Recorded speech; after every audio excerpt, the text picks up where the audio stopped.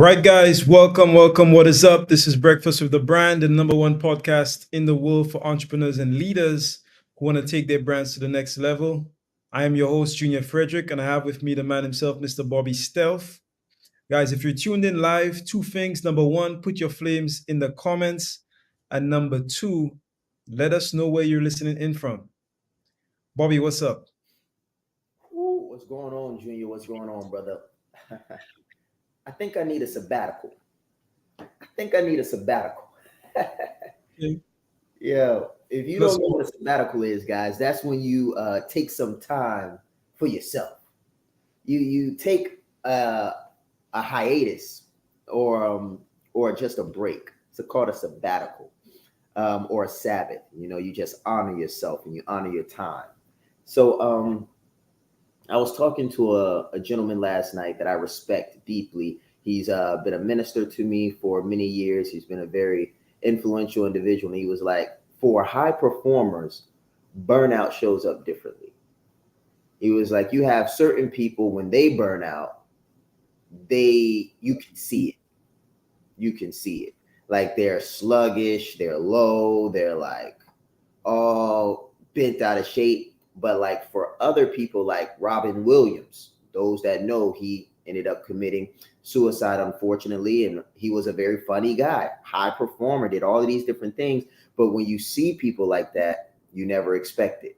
Will Smith goes on stage, smacks a guy, assaults a guy. Like, what? Not Will Smith. But these high performers, they don't show burnout the same way. So you never see it coming when it actually happens. So as I was speaking to him last night, and I was describing to him what the last several years looked like for me. He asked me, when was the last time you took some time for yourself? For you. He was like, not for the family and you, not for you and your kids, not for this, that, and the third retreat, but like, when's the last time you took care of Bobby? Relaxed, read a book, got away multiple days to yourself. I was like, man, I can't remember. So I think I'm taking a sabbatical soon. I don't know when, but soon. So that's how I'm feeling. I'm feeling like I've been working hard, I've been grinding hard, and I share this story with you guys not because it's about me, but because of you. You're high performers, and I know it. You have 9 to 5, you've got college degrees, you're building a business, you're doing all of this stuff for everybody else, spouses, kids. Like, breathe, break, relax. And if you need to, take some time for you. That's how I feel this morning, Junior. Taking a sabbatical.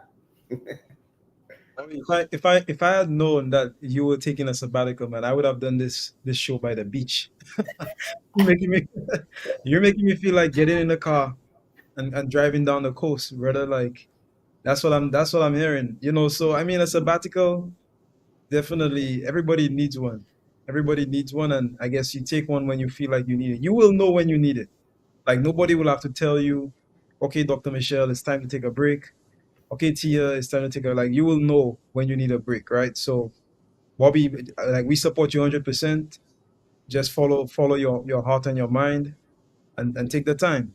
Like the world is not going anywhere. That's for sure. When you get back, the world will still be the same way. People will still be doing the same things. The economy will be going up and down the same way. Yeah, So, you know, a few days is okay. Mm. that's right. Yeah. And one more thing I would say to that, Junior, before I pass it over to you. Um, I remember Shaan saying, build the business around your ideal life. So he's like, build your ideal life first and then build the ideal business around that. And one thing the military showed me was like, we get these things called 72s and 96s. So if you act, and that's hours. So we would get 72 hours off and 96 hours off throughout the year. And then you would also get what we call leave days. So everybody gets like 30 leave days a year. So when you add it all up, so, like literally all up, we get off like 4 months in a year in the military. So we only work 6 or 4, so we only work 8 months a year. The rest of the months we have like either some 72 a weekend or something like that. Now, granted, we sometimes work weekends, but long story short is the military figured something out. They said we're going to be pushing these guys tremendously. We're going to deploy them for extended periods of time. We're going to push them to their limits. So what can we do to keep them healthy? Well, we can give them 92s and 70. We can give them 96s and 72s throughout the year for holidays and various federal holidays. Granted, a portion of it is because it's a federal government, but then another portion of it was to make sure that they incentivized the rest and recovery. So I definitely need to build that back into my routine. I definitely agree. Rest is something that, Bobby, and you're so right because recently I think I shared here that I had this injury. I got this injury in the gym, and I think the injury was because I was just tired. I think that's literally what it was. Like life was telling me, okay, so you're not gonna sit down. Okay, we're gonna make you sit down. And I couldn't work out for like 7 days. So I got my sabbatical by force. I got my sabbatical by I literally I could bro I couldn't do anything. I couldn't lift anything. I just had to just chill and just relax and try to like read or something, keep my mind occupied. And of course, I was able to work, but I wasn't able to work out, and that was a little sad for me. I've been working, guys. I've been working out almost every single day for the entire year so far. Just so you know. So remember when we had our breakfast with the brand in January, I said that I would be working out. I'm still working out. I already worked out this morning, just so you know. So having to miss those 7 days is like ah. Yeah. My goal was to go the entire year, to go literally the entire year. But then life was like, no, no, no, no. So we're gonna make you sit down for a little while, and I just accepted it because I understand like these cycles. We all, yeah, like Dr. Michelle just said, it's like an involuntary vacation. So I understand that, and I'm like, well, when life gives you signs, brother, just follow the signs because you're not wiser than life. You know what I mean? You can't be wiser than life itself. So just listen. So I agree with that, 100%. Yeah. Yeah. So, I mean, we can go to the break, come back and get into the topic, but y'all are almost making me. So, Junior, this morning I had two topics in mind. Rest and recovery was one. And then the topic that we're actually going to talk about or that we plan to talk about was the other one. So I'm going to go with the flow. I'm definitely going to introduce the topic that me and Junior talked about, but I mean, it seems like y'all are feeling this rest and recovery real hard. But I will say this: I also feel like it's a breaking season for a lot of things and a lot of people. And when I say breaking season, I mean it's like in order to get something, they say if it ain't broke, don't fix it. But sometimes you've got to break things to get them to work better. Like it's working, but it's only so efficient. It can only work so well. So you got to break it in order to make it work better. If it ain't broke, don't fix it. But if what's fixed is only getting you certain results, you might have to break something to get better results. Yeah, guys, we're gonna go to a 60-second break. When we come back, we're gonna get into this topic. Stay tuned. When I think of brand you, I think of being your best self, your most authentic. The reason why we were able to crush business, absolutely dominate in business without having the marketing list, without having the email huge list, without having the Facebook ads and the advertising budget, without knowing the algorithm. The reason we were able to do this is because I branded myself. I told my authentic story and I was comfortable in my skin. Why? Because it was that time in the world where everything was shifting. It was 2020, March. So you remember what happened during that time. It was like the world was coming to an end. So you didn't have anything to hold back. So I chose to give everything that I had and be everything that I am. And because I was that, because I branded me, because I was authentic, everything shifted. And people wanted more. And they wanted to know more about me and how they could become more comfortable in their skin. Listen, guys, when you brand you and not what you do, you're gonna add a zero to the world, but you'll also add a zero to your revenue. Let's grow.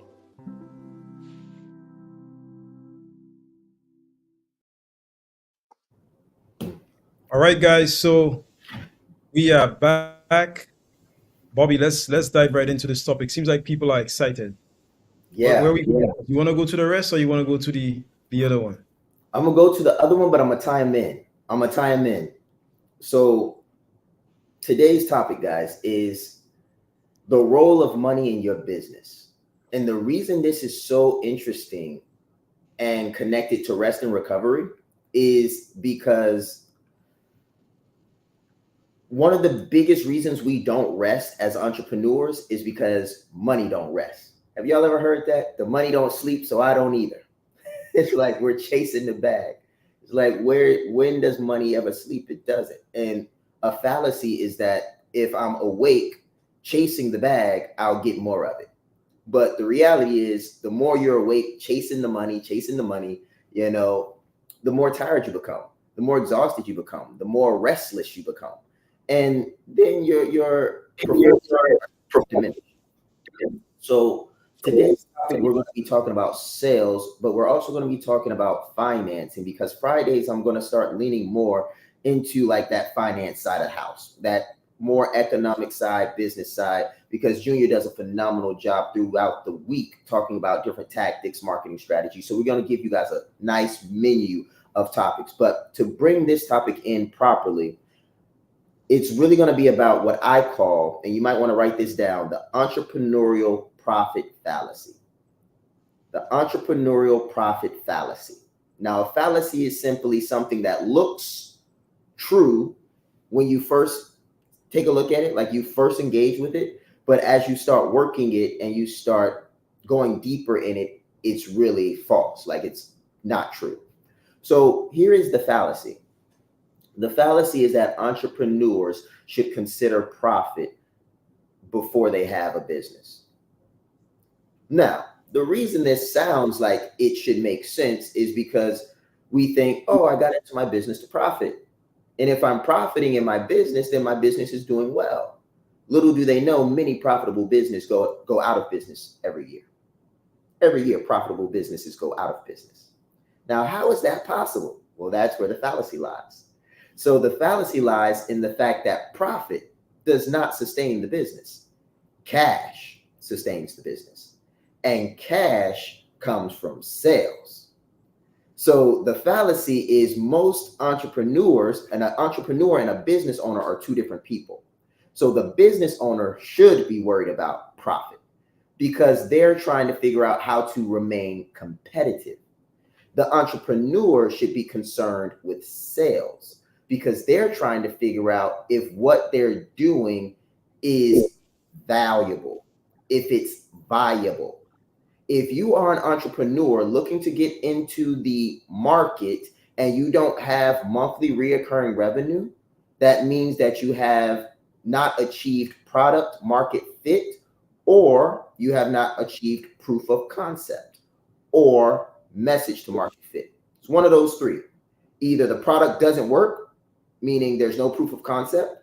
Either the message to market fit doesn't work, meaning you're not able to effectively communicate what you do to the marketplace, or the product does not fit the current need, that there's no demand for what you do. So now we're about to dive into this topic. So one, if you're concerned with profit and you're an entrepreneur, like forget about it. Don't concern yourself with profit. So hold on, Bobby. Hold on. Hold on. So now I have to ask the questions for the people that are not the economists. So let me ask you a question. Because my interpretation of profit is money. And put it in the chat if your interpretation of profit is money. So when I hear profit, I hear money. But you're saying that profit, like you could have a profitable business and go out of business. That's what you're saying, right? 100%. To you is, are you talking about profit margin? Like, can you specify? Because when I hear profit, so I'm like, okay, how can I have money? How can I have money and I go out of business? Like that, I don't understand that. So let's break that down. What do you mean by profit in this context? Does it mean something different from what I'm thinking? Is it not money? Is it just a profit margin? What is it exactly? Yes. Junior, you asked a phenomenal question. That's why it's a fallacy. It's a fallacy because people think that profit is money, but profit is not money. Profit is a profit is an indication of how the money you have accumulated has been assigned to expenses. That's all it is. It's a representation of how the money has been distributed. So if you have a 20% profit margin, that means 80% of the money you've accumulated was allocated to, say, expenses, while the other 20% was not allocated to expenses. Now, if the other 20% of that money that was not allocated to expenses does not pass through the business in the form of cash, then there's nothing. It's just a margin. And most people don't account for all of their expenses. So I need you guys to pay attention to this. There are what we call hidden expenses. You've got accounting costs and economic costs. Accounting costs show up on the balance sheet. Economic costs don't. An economic cost could be something like time. And if you lose time, you still pay for that. Now, you might not pay for that on the balance sheet, so the profit won't see it. Profit won't capture it, but you'll pay for it elsewhere. And if you pay for it elsewhere, and I'll give you guys an example, you're done. So here's an example. Let's say you are operating at a 20% profit margin. Things are going great. You got 20% profit. So let's say you're making $10,000 a month, and after expenses, you got $2,000 left. Let's say you are an entrepreneur, right? And something happens in your personal life, or something happens to the business market, and you need to take that $2,000 and allocate it to something. So now that you've taken the $2,000 of profit and you either bought an asset or you paid down a debt or something happened in your personal life, just something happened, the 20% is gone. Once the 20% is gone, something happens to your market. If something happens in your market which increases the cost of business, guess what happens? You're now insolvent because you don't have the money. You had a 20% profit margin, and on paper, you're operating your business at 20%, but the moment the market shifts or something in your life shifts, then your profit margin disappears. And if your profit margin disappears, that's why it's such a terrible metric for managing what we call cash flow. There's 4 ways money moves in a business: revenue, profit, equity, cash flow.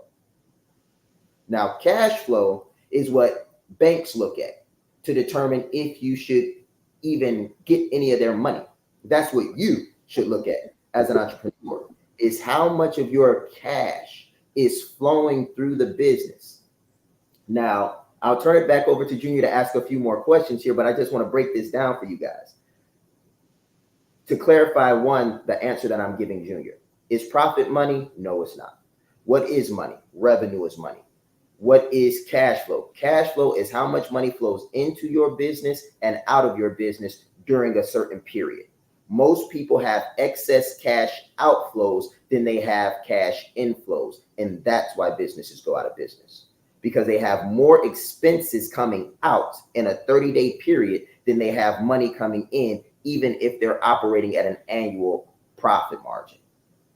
So they can have profit for the year, they can have profit for the quarter, but if they don't have profit for the month, then they're still broke.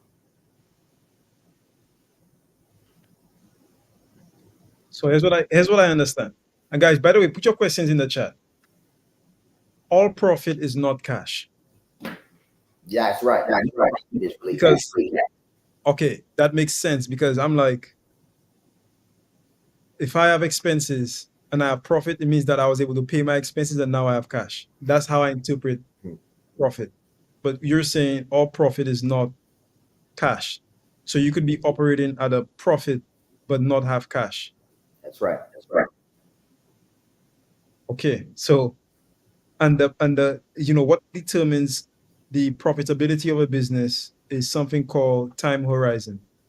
So for example, you have companies that lose money during the year, but then they make revenue at the end of the year. So they're losing money and then they eventually make money. So for, let's say on a monthly basis, you're not net positive on a monthly basis, but then you're net positive at the end of the year. You're saying that they have annual profit, but they don't have monthly profit. Correct. Correct. That's right. So if I have monthly profit, doesn't that mean I can stay afloat? Yes or no? As long as your fixed expenses and variable expenses don't put you out of business. So the thing with business is it's volatile and the cost of business fluctuates. So your profit margin is usually just a indication of how well your business can cover its expenses. So it's not an indication of solvency, meaning how strong your business is. That's a completely different metric. Solvency and profitability do not show the same thing. Profitability shows you based on the amount of revenue you generate and the liabilities and expenses that you have. If you're positive after these expenses, operational expenses, and so on, then you're profitable. That's what that metric says. So is that taking into consideration assets as well? No. Assets, so fixed assets, for example. No? That's what solvency would look at. Solvency would look at assets and their liquidity, your ability to sell those assets for cash if you needed to. But profit doesn't look at that. Okay, so all right. So for the layperson, how do I build a business and not go out of business? Exactly what we came to talk about today. That's all I want. So tell me, how do I build a business and make sure that I don't go out of business? That's what I want to know. Yes. And that's an excellent question. So if you're looking to build a sustainable business, what you're trying to find is a few things. One, you want to know, and you ask such a great take a second to think about how I want to answer this.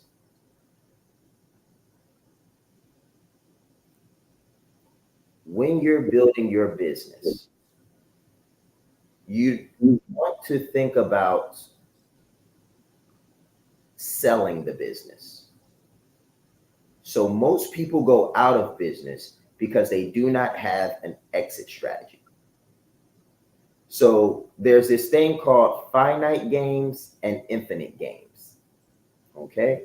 So a finite game is like a game that comes to an end that has set rules and the rules don't change.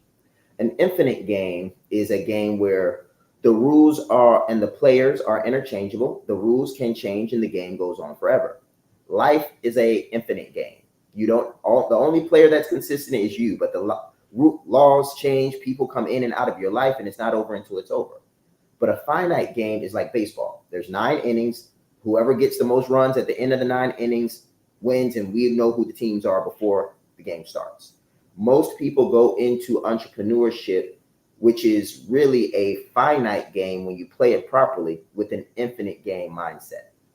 So what they're telling themselves is that as long as I make sales or as long as I've got money coming in, I've got a business. But that mindset means that they never establish rules, which means or policies and procedures and systems. They never set a team, meaning they got different people coming in and out, but they're never really stabilizing. And they never determine when enough is enough. So they just keep on either making money or losing money with no set end game. So they're playing an infinite game in a finite arena because businesses are designed to create economic surplus and die. That's what they're designed to do. They're designed to be created, generate economic benefits, and then die. That's what they're designed to do. So if you build a business without thinking it's going to die, it's almost like living your whole life without life insurance. That's what it's like. And a business, much like your life, can die at any time. So if you don't have insurance on yourself, like as a human being, what happens? You end up dying and all your debts go to your family. If you don't have an exit strategy for your business, what happens? The marketplace shifts on you, things happen in your personal life, and you lose your investments. All the money that you made, all the money that you invested, if your business dies, it's a sunk cost. So in order to build a business that doesn't go out of business is to have a strategy for building a business that you can sell. And that's where most people don't think. They build themselves that no one can fire them from. At least that's what they think. They're like, I'm building a business, but they're really creating a job. But because it's my LLC, no one can fire me but me. But the reality is the market can fire you the moment they stop paying you. Mhm. So to answer your question in short, Junior, with a 4-part insight is the first thing you need to do to build a business that will not go out of business is you need to generate sales as quickly as possible, revenue. And that revenue needs to become monthly recurring as quickly as possible. The fastest way to do this is to sell high ticket on a contractual basis or a subscription model.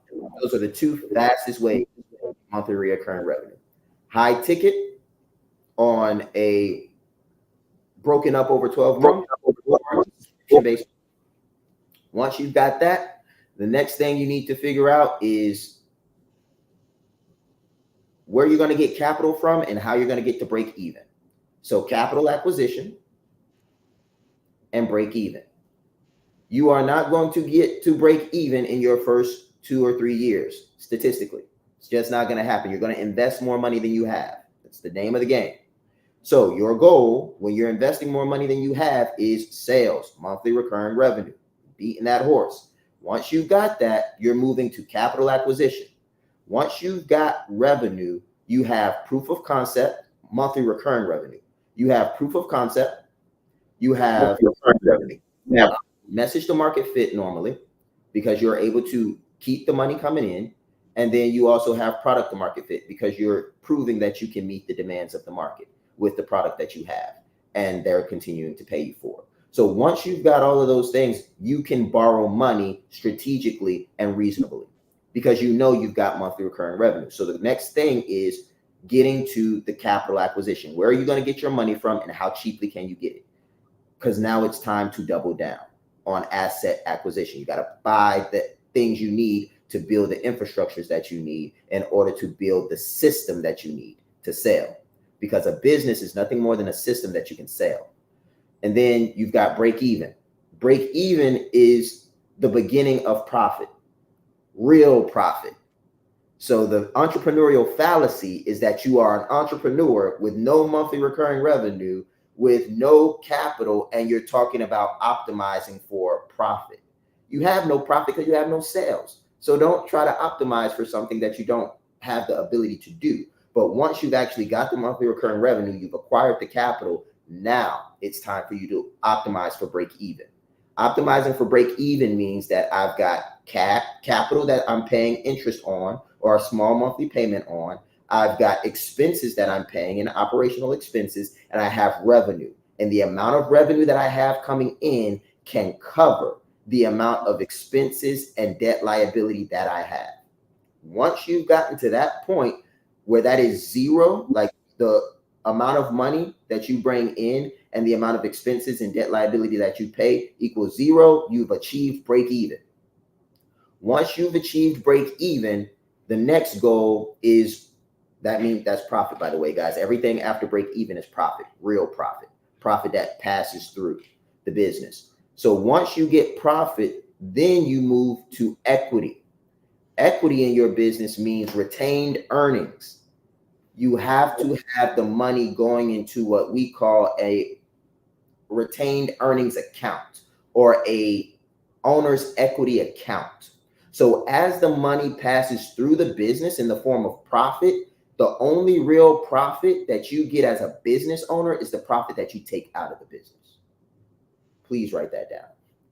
A profitable business is not a business that reinvests all its profit, because the business is a thing. You are the business owner. And the only way the business owner profits is if the business owner takes profit out of the business. So in order to take profit out of the business, you got to take cash out of the business. And the way you take cash out of the business is through retained earnings and what we call owner's draws. So the next thing you do after the capital and break even piece is you move to retained earnings, which means you've got a profit margin now because you're past break even. You got amount of money coming in. If you are doing $10,000 a month and you've achieved break even, or excuse me, you're doing break even, you're doing a 20% margin. That means you got real profit. You got $2,000 that you do not have to touch. The best thing that I recommend is that you reinvest $1,000 into the business, and then you take $1,000 out of the business because you got $2,000. Put 10% into the business's growth and take 10% and put it in a retained earnings account. What that means is you've got actual equity in the business now.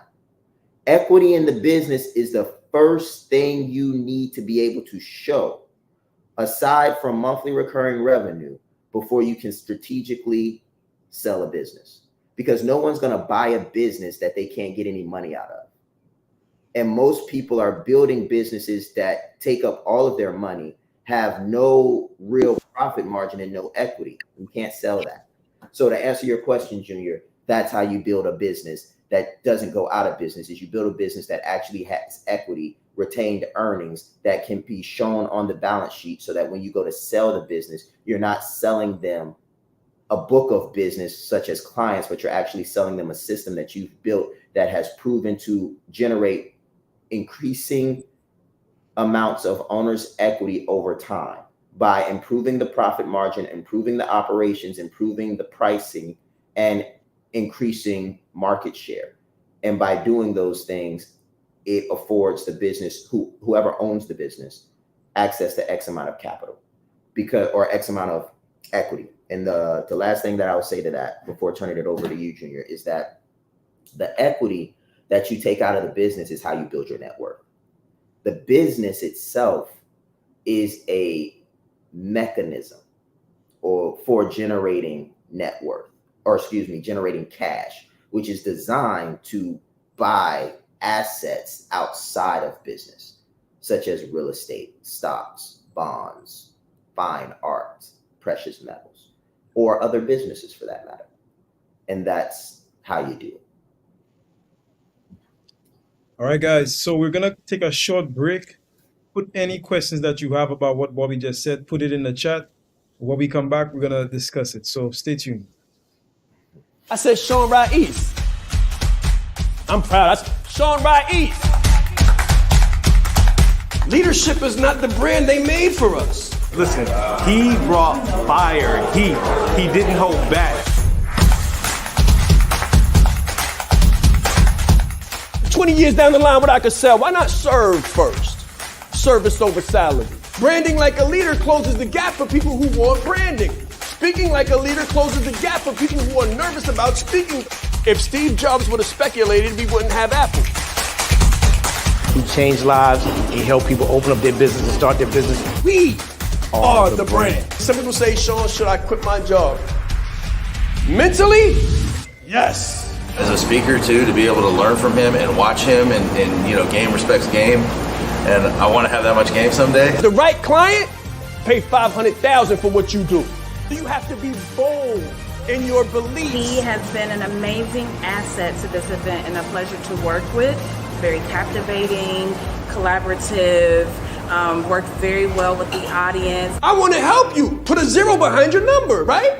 The session was great. How he is online, virtually, he is even more phenomenal in person. Be the face of change that you want to see. Stop asking questions and start giving demands. The entire team has just been absolutely incredible. They are a joy to work with. They go above and beyond. Give yourself a round of applause. Yes, yes, yes. In brand clarity, exactly what you're going to get is what it sounds like. Clarity for your brand. What is your color? What is your logo? What is your unique value proposition? Who are you speaking to? Why? How should you speak to them? How should I position myself? That's what you're going to learn in brand clarity. You need other people to have the same clarity on your brand that you do. But this is the gap. If you don't have clarity on your brand, then no one else is going to have clarity on your brand either. It's like messaging. Your message sounds clear to you, but is your end user receiving the value that you're trying to provide? I guarantee you that after you go through brand clarity, they will, and so will you. And that's how you'll scale your brand.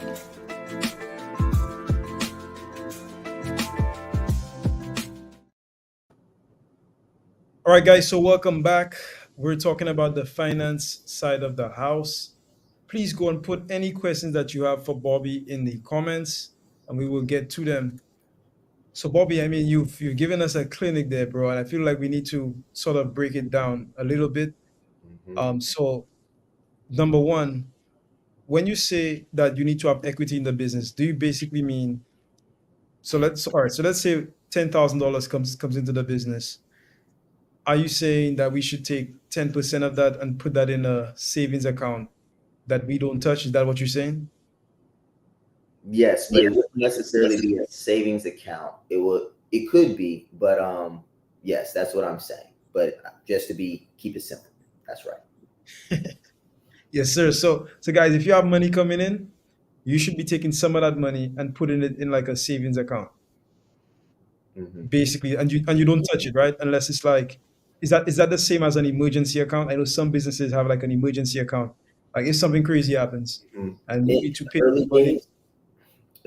days, it is, but as you grow, you want to separate that out. But in the early days of your business, say you're doing a quarter million or less, or you're doing say half a million or less, then having those could be the same account. Having that emergency fund there. All right, so let's say I'm just starting off. I'm on my way to six figures. I'm trying to get to from five figures to six figures. What are the accounts that I should have? Like, so should I have an emergency account? Should I have obviously an account to pay expenses? Should I have maybe an investment account? Like, so what are some of the basic accounts that somebody should have? And let's work with $1,000. So if I have $1,000 coming in, what are the accounts that I need to have? And how should I sort of split that money? If you got $1,000 coming in, you And need. don't take it literal, Bobby. I'm just using 1,000 just as a placeholder, but it could be 10,000, it could be 50,000, but we're looking for like the percentages. So there's 10% go here, there's 20% go there, there's 40% go there. So what would you recommend? So I would recommend in hindsight, right? Because I didn't do it this way, and very few entrepreneurs do it this way. But technically, right? And I'll give you guys why I broke that up. But technically, I would do. I would try to keep operational expenses below 70%. That leaves me with 30% to do other things with. Now, with 10 to 20% of that, I may pay on debt because I would obviously borrow money. So I've got to pay on the debt that I borrowed. And then I would stash 10% in a everyday like business. So if you were doing 10K a month, then you would want to try to keep your operating expenses, labor, fixed variable costs, all that, try to keep that under 7K. And then you would want to try to do 2K for debt liability or less. So that means you got 2 or 3 credit cards and you've got, $15,000 on those credit cards. So you're probably paying like 1,500 a month on those credit cards, just to keep them current. And then with the remaining $1,000, I would put that in a savings account to grow the equity of the company or to save up for an upcoming investment. Okay, so like 70% goes to operational expenses. Hmm. And then the other 30% gets sort of split up. So you said 10% goes to To what? Just save, like a so the equity account would be 10%, and then the other 20% would go to debt. okay. That sounds familiar. That sounds like the richest man in Babylon. Hmm. Yeah, and That's it's true. that's the exact formula that he gave, I believe. That's literally the exact. He said living expenses should be 70% of your income. 10% should go into an account that you don't touch, and then 20% should go to servicing any debt that you have. Like you should split it up and then service any debt that you have. So that's very interesting. So okay, out of the 70%, do you pay yourself from the 70%? Is that where you pay yourself? Ideally, yes. However, most people that are doing $10,000 a month only still have another means of income, such as a W-2 job or something like that. So if you're working in your business full time and all you're able to do is at the time is 10K a month, that's good. Like, don't get me wrong, that's good. However, you're probably not going to be able to live off of that. Like, the average person, just to put things in perspective, $10,000 a month is only $120,000 a year before taxes, and the average family needs about $30,000 to $40,000 a year to live off of. So if we cut that 40,000, that, let's just say 50, keep it simple. If we took 50,000, that only leaves $70,000. So that means that they actually don't have $10,000 coming in anymore. I'm gonna pull out my calculator really quickly. They actually have 70,000 divided by 12, about 6 grand coming in. So if you would do the same thing with 6 grand, because the question was, when do they pay themselves? They should pay themselves first, because they gotta keep their family afloat. So if they took those that 50 grand and they did have like 6 grand, the breakdown would be 6 times 0.7, 0.07. Guys, you're making Bobby work this morning. Guys, put some flames in the chat for Bobby. Bobby's on over here on calculator. Yeah, Bro, just give us a rough estimate. You just give us a rough. it's 42. And the thing is, like, for these type of things, you want to be precise. But $4,000 is what you can use for operating expenses, and then that leaves about $500 that you can put away, and about $1,500 that you can use to service debt, give or take. Okay. Okay. Guys, so there you have it. Like, you literally have the formula. If you have a business right now and you have like literally just like one account, you're in trouble. If you have one account associated with the business, you're in trouble. You need to have, based on what Bobby's saying, at least 3 accounts, based on what I'm understanding. Like, at least 3 accounts. You need to have at least three, somewhere you could save a little bit of money, somewhere you could pay debt, if just in case you have any debt, maybe you borrowed some money, etc., etc.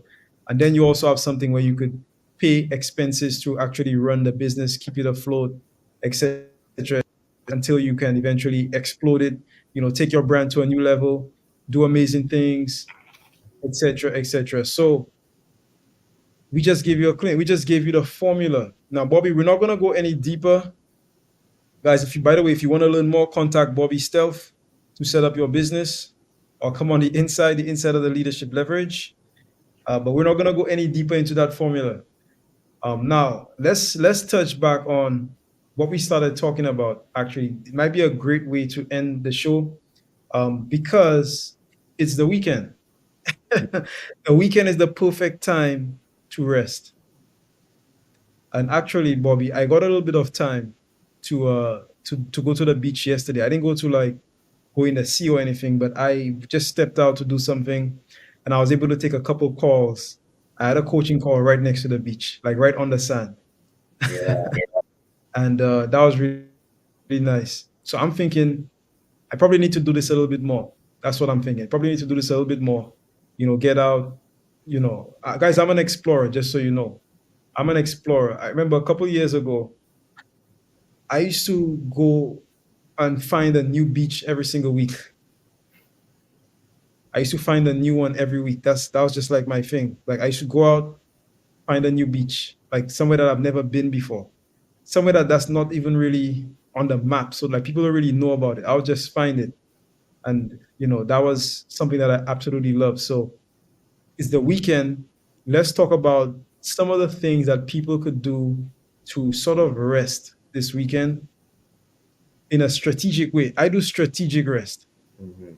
That's how I rest. I don't just, I can't, and maybe this is a weakness I have, but I cannot just, I find it difficult to just sit down and just do nothing. How many of you are like that? Put it in the chat.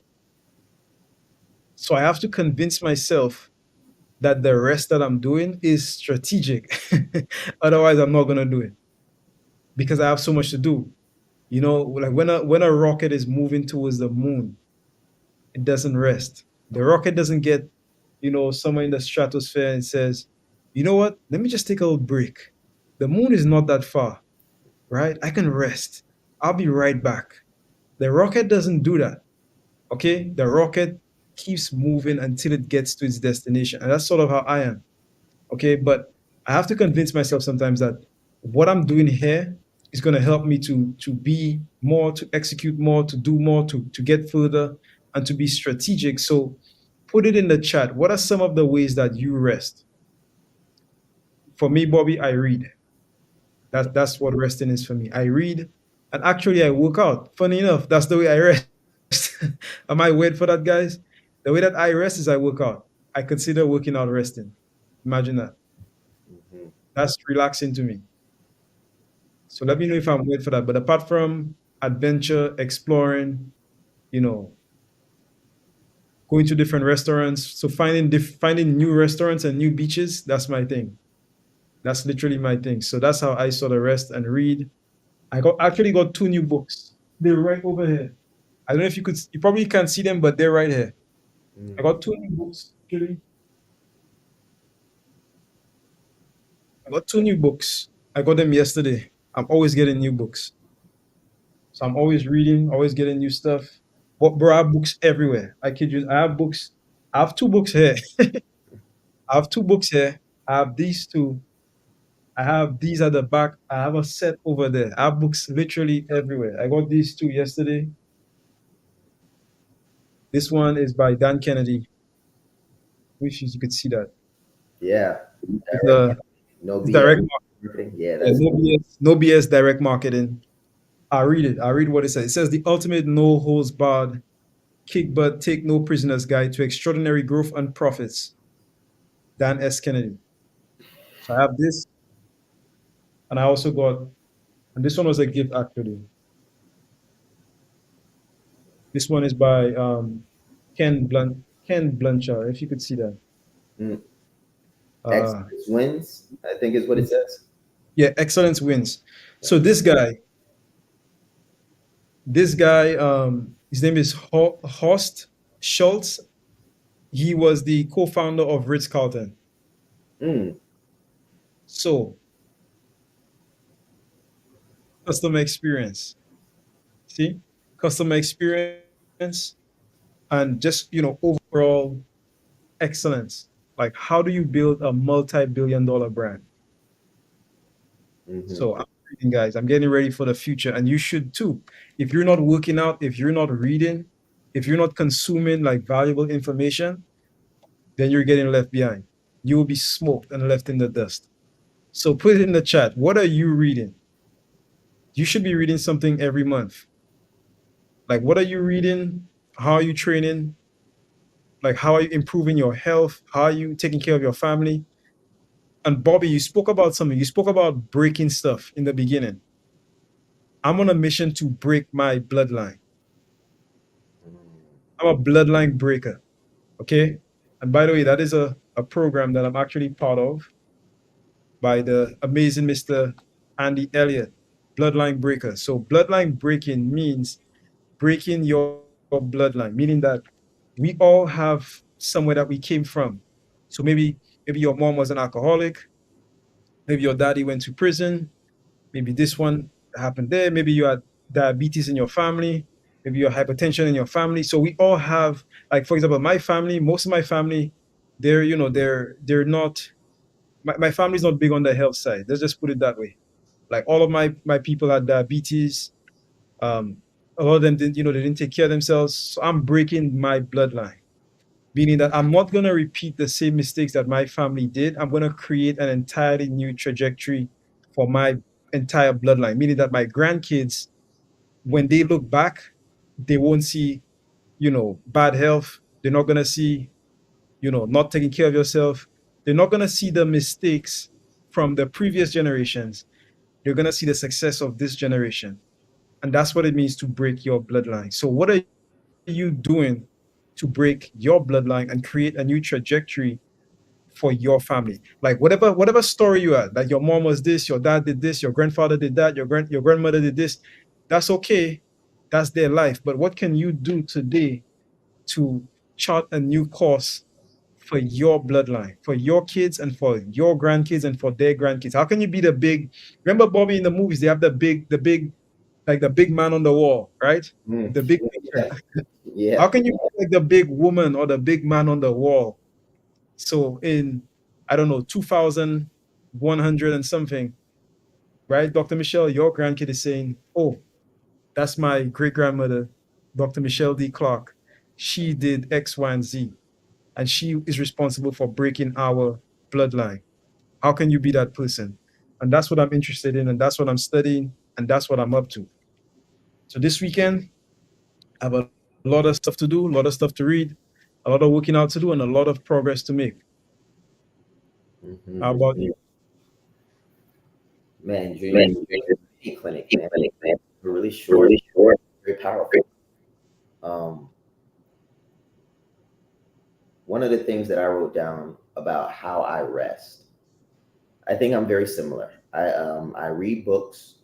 I actually draw when I rest. I sit down and I do still life. So like I like drawing things in nature, and I'll get a sketch pad and I will listen to music while I draw. So that's been a pastime of mine since I was a young boy. Another thing that I would do is anime.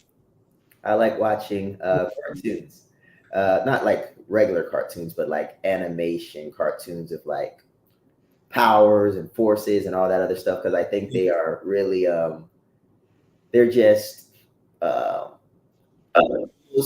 personifying and exaggerating real life things, because people really can feel energy. People really can go what some would call super saiyan or beast mode. It's like they take themselves to such another level that they transform. So I've always loved that kind of stuff.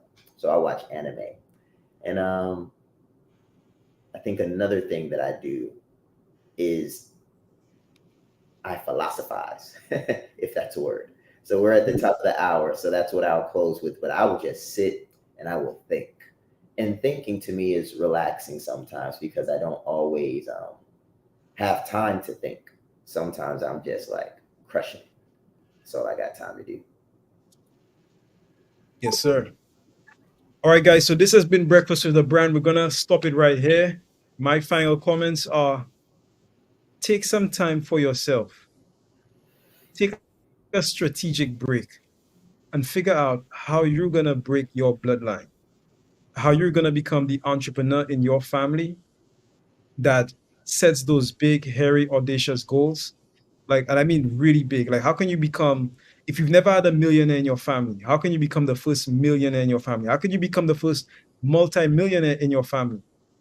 How could you own multiple businesses? How can you become the first person with a degree if your family doesn't have a degree? How can you become the first? Okay, so figure out how can you do that? How can you create a legacy? Map out a plan, set a big, hairy, audacious goal, take some time to map out a plan to get there, and do everything in your power to work on that plan every single day. Okay. And if you, and check this out, all you need is 3 years. I guarantee you, in 3 years, check back with me in 3 years, and then you'll see I'll be in a completely different space. Today's what? Today is June 21st, Friday, June 21st, 2024. This time, June 21st, I don't know if it'll be a Friday, but 2027, Bobby, I guarantee you, check back with me. I'll be in a completely different space. 3 years of dedicated and focused hard work could take care of you for the rest of your life. Okay? It could literally take care of you for the rest of your life. So set a big, hairy, audacious goal.